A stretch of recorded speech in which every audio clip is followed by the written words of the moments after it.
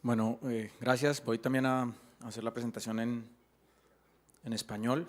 Primero de todo, muchas gracias a los organizadores por la invitación. Básicamente yo a lo que me voy a referir es al marco legal e institucional para proyectos de transporte. No es una mirada al marco legal e institucional para el proyecto específico de Aeromóvil, sino más desde una perspectiva conceptual, cuáles son los elementos que se deben considerar en proyectos de transporte para garantizar su éxito. Probablemente no es tampoco una mirada exhaustiva de esos elementos, pero sí son unos elementos sin los cuales pues, difícilmente se puede lograr éxito en proyectos tan importantes como los de transporte y movilidad urbana. Entonces, básicamente primero voy a hacer una revisión muy rápida de cuáles son los principios básicos a considerar. Algunos los voy a mirar muy rápido porque ya Marcos hizo una muy clara exposición sobre ellos, y después aspectos específicos a considerar en materia de estructuración, en esos 4 componentes de seguridad vial, movilidad eficiente, infraestructura, institucionalidad y herramientas de política. Entonces, en materia de principios básicos, pues el primero y el más obvio es que el usuario es la razón de ser del servicio.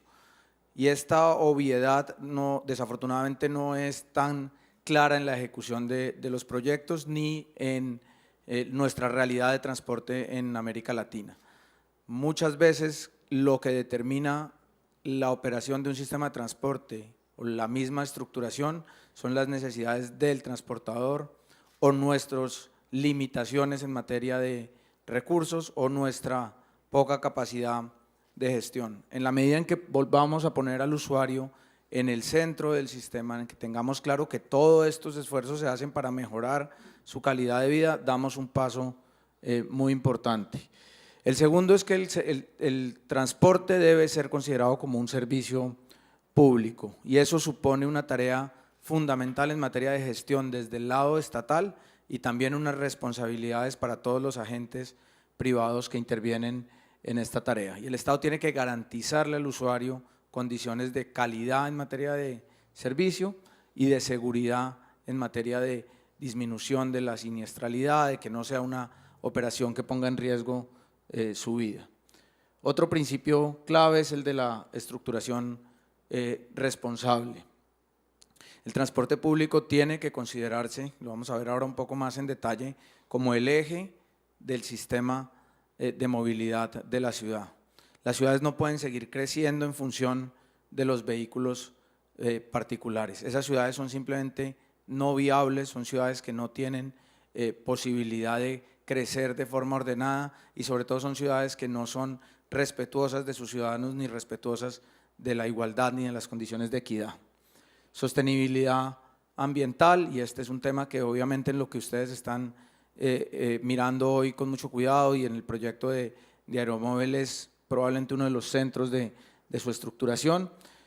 La sostenibilidad ambiental es un criterio que no es una moda o un capricho, es un tema que nuevamente lo que garantiza es una permanencia en el tiempo, garantiza unos principios de salud pública, de crecimiento ordenado, de desarrollo sostenible. Entonces este es un principio fundamental en cualquier estructuración de un modelo de transporte. Institucionalidad pública fuerte y con alta capacidad técnica. Si no tenemos instituciones fortalecidas, si no tenemos instituciones con un alto nivel de calidad técnica, con capacidad para tomar decisiones que no siempre son fáciles, que superen discusiones de orden político o discusiones de orden popular o populista, no vamos a lograr resultados. Eso implica obviamente no solamente una fuerza técnica, sino también una fuerza política en el buen sentido, entendido como la capacidad de tomar decisiones. Después está el tema de la cooperación público-privada. En nuestras ciudades latinoamericanas es muy difícil lograr proyectos que se puedan ejecutar 100% bajo la estructuración, ejecución, operación, mantenimiento del sector público, pero tampoco se logra en servicios públicos como lo es el transporte, una operación que no tenga intervención del Estado, que no tenga operación privada. Entonces ahí es muy importante definir claramente cuáles son los roles de cada uno de los actores y que cada uno de ellos se encargue de lo que le corresponde bajo unas reglas claras y precisas. Integración e intermodalidad también es fundamental. No hay sistemas ya de transporte en los cuales uno simplemente decida hacer una línea de metro que no se integre con el resto de la operación, o una línea de BRT o una línea de aeromóvil. Por eso yo celebro y resalto la idea de que, como se estaba trabajando el proyecto en Canoas, de avanzar en un modelo que permita una operación que cubra el 100% de las necesidades de movilización, una operación además escalable en la medida en que así lo requieran las necesidades de los usuarios, y que además consideren no solo la movilidad de los modos de transporte, sino que considere al usuario desde el acceso a las estaciones, bueno, todo esto que mencionó en detalle Marcos, que no me voy a repetir nuevamente. El octavo principio tiene que ver con compatibilidad con el ordenamiento territorial, y esto es también muy importante porque desafortunadamente el auge de algunos de los sistemas de transporte nos ha llevado a invertir las prioridades de la ciudad, o el orden en que deben definirse esas prioridades. Las ciudades primero tienen que definir cómo quieren crecer, cómo quieren ser como ciudad, y en función de eso establecer su modelo de transporte. No sirve ningún modelo que uno traiga, por exitoso que sea, de otra ciudad y simplemente lo copie y lo pegue en mi ciudad, y después sobre eso condicione cómo quiero que crezca la ciudad. El orden lógico es que el sistema de transporte tiene que responder a las necesidades de ordenamiento de la ciudad y no al revés. También está el tema de eficiencia en la gestión del transporte y el uso de los recursos. Nosotros tenemos en todas nuestras ciudades recursos limitados, tenemos que ser muy cuidadosos con que esos recursos se destinen de forma adecuada y de forma racional a los proyectos. No podemos desperdiciar recursos, tenemos que buscar cuál es la forma de movilización más eficiente. Y finalmente está el tema de inclusión, que se refiere a incorporar a las personas en dos grandes grupos, tanto las personas que tienen movilidad reducida y requieren, digamos, algún apoyo en materia de acceso al sistema de transporte, y después las personas de menores ingresos, que tienen que ver con la capacidad de pago y con el acceso en términos de acceso económico al sistema de transporte. Esos son básicamente los principios que deberían orientar la ejecución de cualquier proyecto de transporte. Ahora, ¿qué aspectos considerar en materia de estructuración? Entonces, el primero es la seguridad vial. ¿Y por qué? Porque la primera prioridad, si el centro es el usuario como debe serlo, es la vida de ese usuario. Entonces, cualquier modelo de transporte, cualquier estructuración responsable en materia de transporte, lo primero que debe pensar es cómo disminuyo la siniestralidad, cómo disminuyo los eventos de tránsito, cómo disminuyo las muertes y los heridos en accidentes de tránsito. Y eso supone pensar primero en los que menor capacidad de respuesta tienen ante ese tipo de eventos, que son pues los peatones, los ciclistas y el transporte escolar. No necesariamente porque el transporte escolar en sí mismo, en términos del vehículo, constituya una menor capacidad de respuesta, sino porque quienes utilizan el transporte escolar son los niños, y los niños están menos protegidos que un adulto frente a un evento de este tipo. Después, todos los diseños, cualquier diseño que se haga debe considerar minimizar los riesgos de accidentalidad vial, en materia de construcción de infraestructura, en materia de limitar o eliminar idealmente las barreras que se les ponen a los peatones, pensar cada vez más en modelos de infraestructura que respondan a la necesidad del peatón y no a la necesidad de los vehículos, establecer altos niveles, altos estándares a los operadores de transporte en materia de seguridad vial, considerar a los conductores, considerar, como mencionaba, medidas de infraestructura. Y acá hay un primer componente prosegregación, lo vamos a ver en varios de los componentes. Separar la operación de transporte público, segregarla del resto de transporte es una medida también de seguridad vial.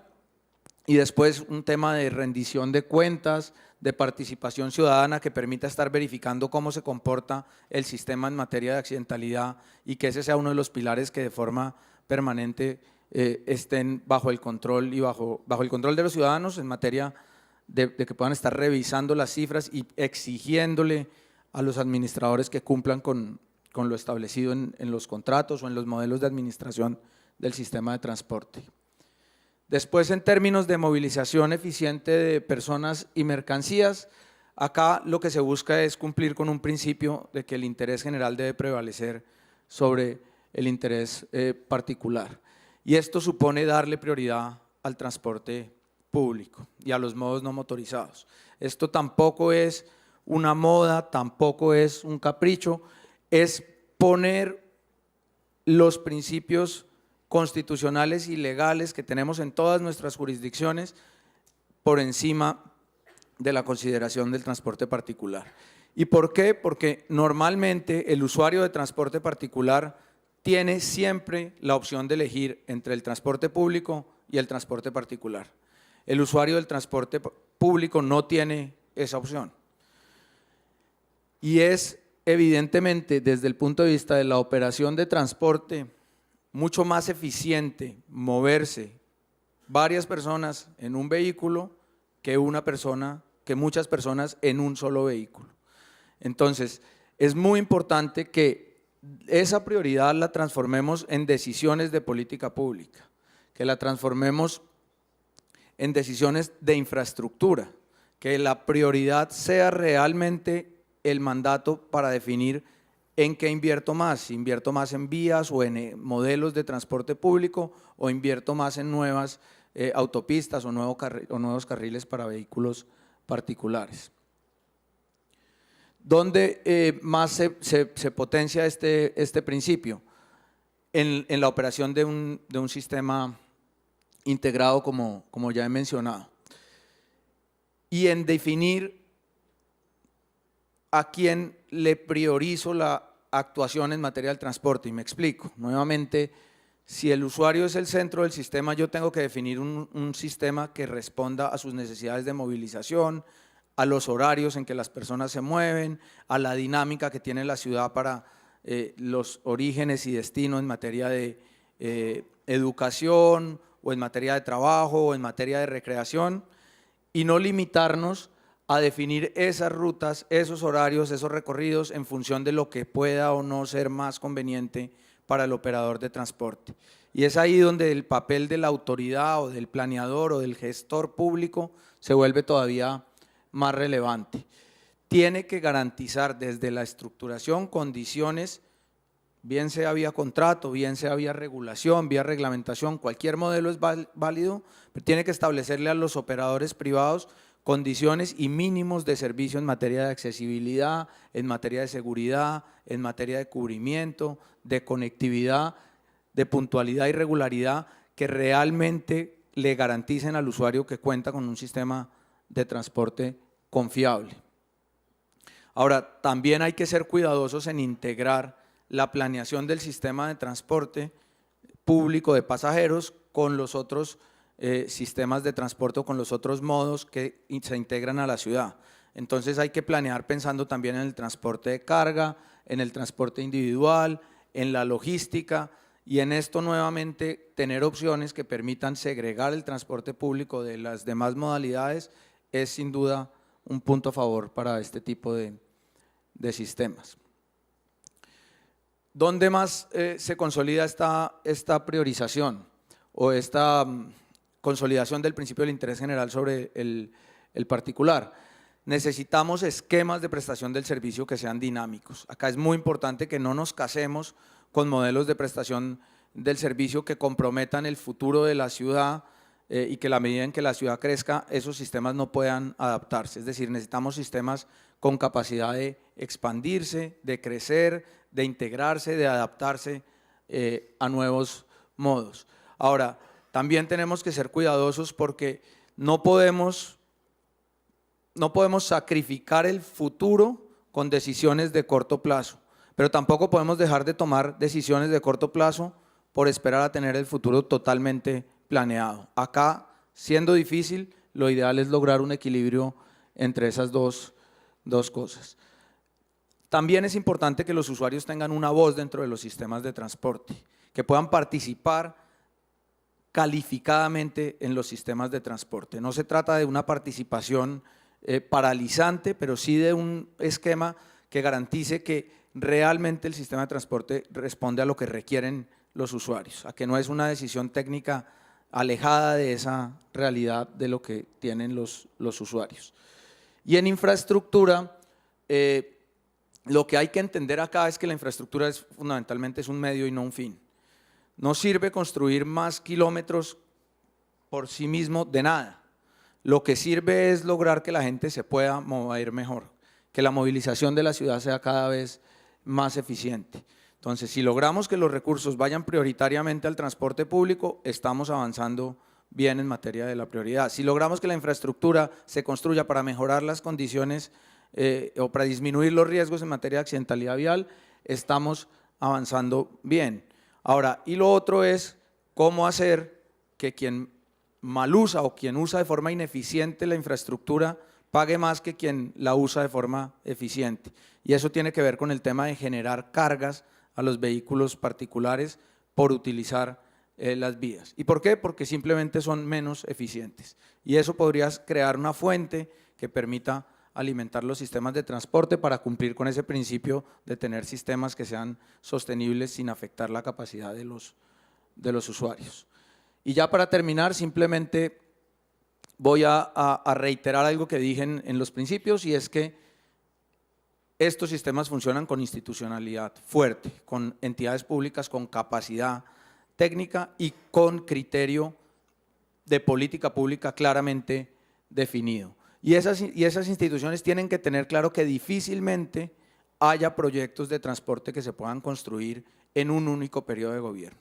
Los sistemas de transporte son complejos, requieren inversiones importantes y en consecuencia normalmente conllevan varios periodos de gobierno.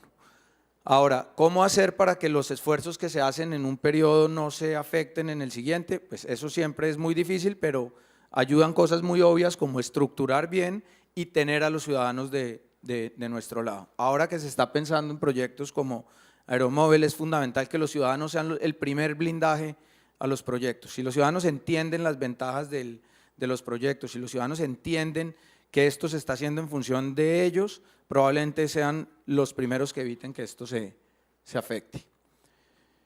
Bueno, y esto ya lo he mencionado, quizás simplemente para terminar el último punto, también es muy importante incorporar la participación de actores locales, y yo celebro lo que están haciendo ustedes con espacios como este seminario, de incorporar a la industria local en el proyecto desde su concepción, casi que desde su nacimiento. Primero porque también son como parte de la sociedad actores que pueden blindar que los proyectos no se paralicen y pueden lograr que funcionen.